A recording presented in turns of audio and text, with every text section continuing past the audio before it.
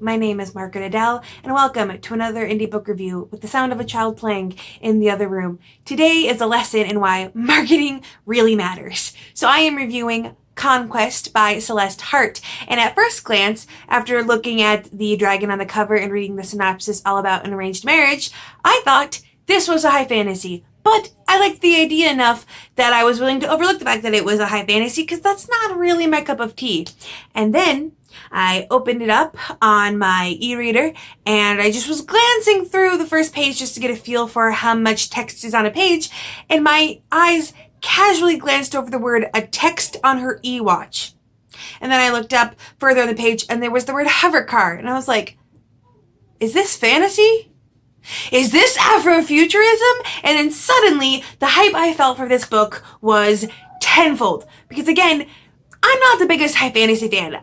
I like it if, it gets turned on its head or you twist the tropes. But in general, I am a much bigger fan of afro-futurism. So right off the bat, do not take this book necessarily at its immediate first impression. The synopsis is more or less correct. It just doesn't include anything about the fact that, this is an African-esque country with hover cars. So this is all about a young woman named Joshi who has discovered that she is arranged to marry the great Fresh of her nation, and she doesn't really have a say in it. And this, she's not a fan. But she then discovers that there are these enemies he has who want information on him, and if she gives him that information, she will get a new identity and the ability to escape. But then, as she starts doing things, she starts realizing that, hey, this dude isn't so bad, and he actually had other reasons for arranging this marriage. And I'm not going to spoil it, but I appreciated that. I appreciated that there were other reasons beyond just he liked her and he didn't care if she consented to it. Like, there were serious, we need to arrange this marriage now reasons.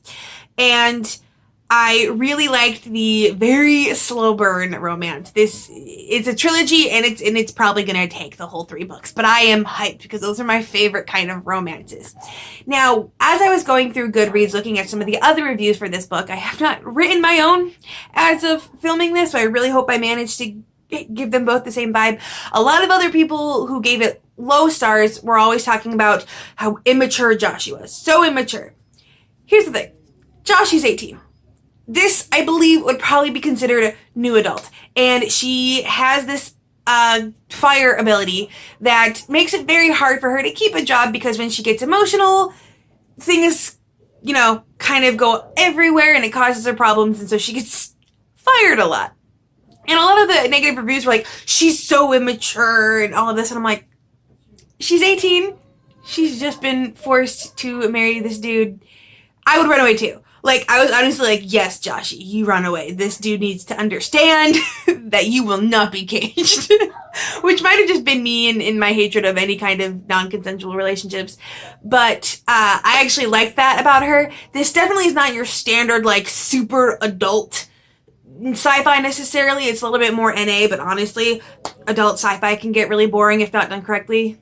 AKA if it's not a space opera. So I liked Joshi as a character a lot. And then later on, I liked Kamel. And I like that you get scenes from his point of view moving forward. And you get to learn more about these dragons that are all across this nation. And the big factors here, which really makes it afro-futurism I really liked, was the issues of colonization. This is a very anti-colonialism theme, and I liked it because the enemies that Joshi is more or less being forced to work with, because after a while, it's not just they're giving her an out, they're also like, hey, if you don't do this for us, bad things will happen. They are these light-skinned Zendalans, I believe. Again, science fiction and fantasy names are strange at the best of times, are basically controlling everything, and we're bringing you peace as long as you follow the rules we've set. So it's very much anti-colonialism themes, and I highly love that. And I loved this idea of a very, very big conflict with a lot of room for future books. Like, the crux of the series or the trilogy is not just this relationship. Of course, that's going to be a factor, but they've got a gigantic job ahead of them, and I loved it. There was a very surreal, very fantasy-esque segment involving dragons, and I won't spoil too much of, that definitely felt a little bit out of place at times, because so much of the earlier ones is like very sci-fi. They go to a futuristic mall and she has texts on an e-watch, and it felt very sci-fi at first, and then this suddenly like pure fantasy version. There was also, not always, but certain scenes started to fall under the exposition blocks, which I'm not the biggest fan of.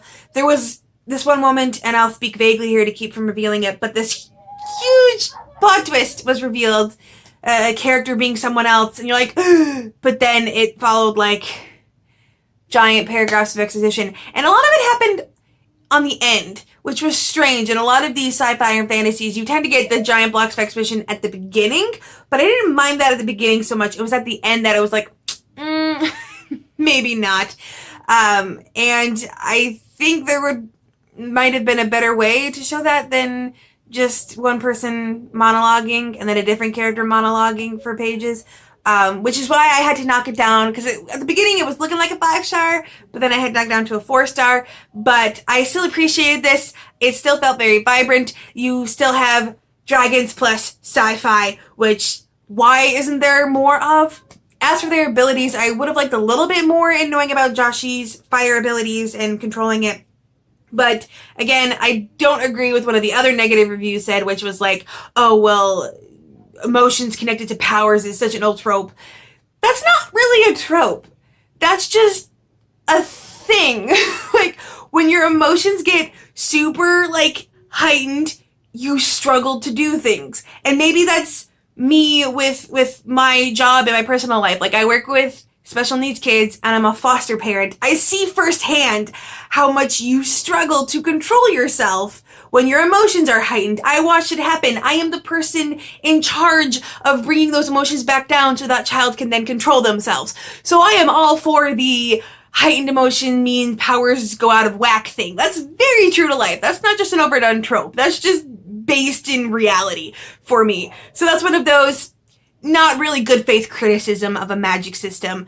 However, the best faith criticism is it needs a little bit more figuring out, which in the book's defense might be something that is examined later in this book.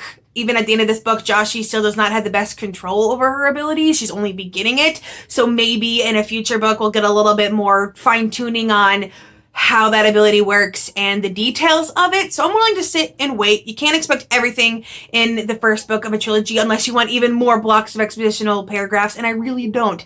But in general, I think this book could really benefit from a slight reworking in its marketing. And I know that the sci-fi reading community might be a little bit smaller than the fantasy reading community. The problem is that the fantasy reading community in indie books is also heavily oversaturated book-wise. There's always new fantasy books coming out. There's not nearly as many new sci-fi books coming out, especially in afro-futurism. So I would definitely play that up more if I was going to give the author any recommendations. Like, even just as simple as throwing an extra line and then a synopsis of, in the futuristic country of blank, or whatever. Or, you know, play up the themes of modernism versus tradition and why you can't just carte blanche turn away from tradition, like something to that effect, to be like, hey, this isn't the high fantasy that it immediately looks like with the cover and the synopsis.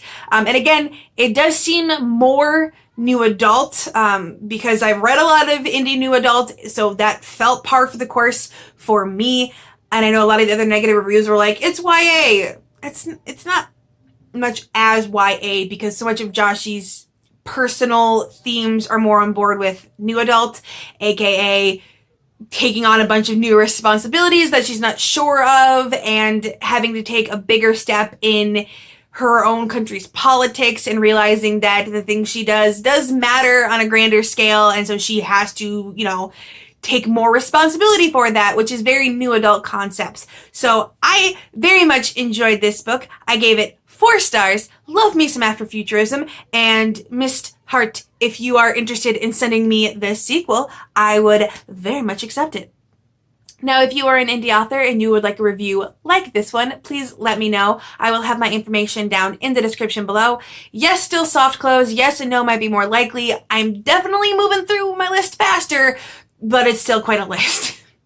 And with nothing else to say, I hope you have a wonderful day and a marvelous tomorrow.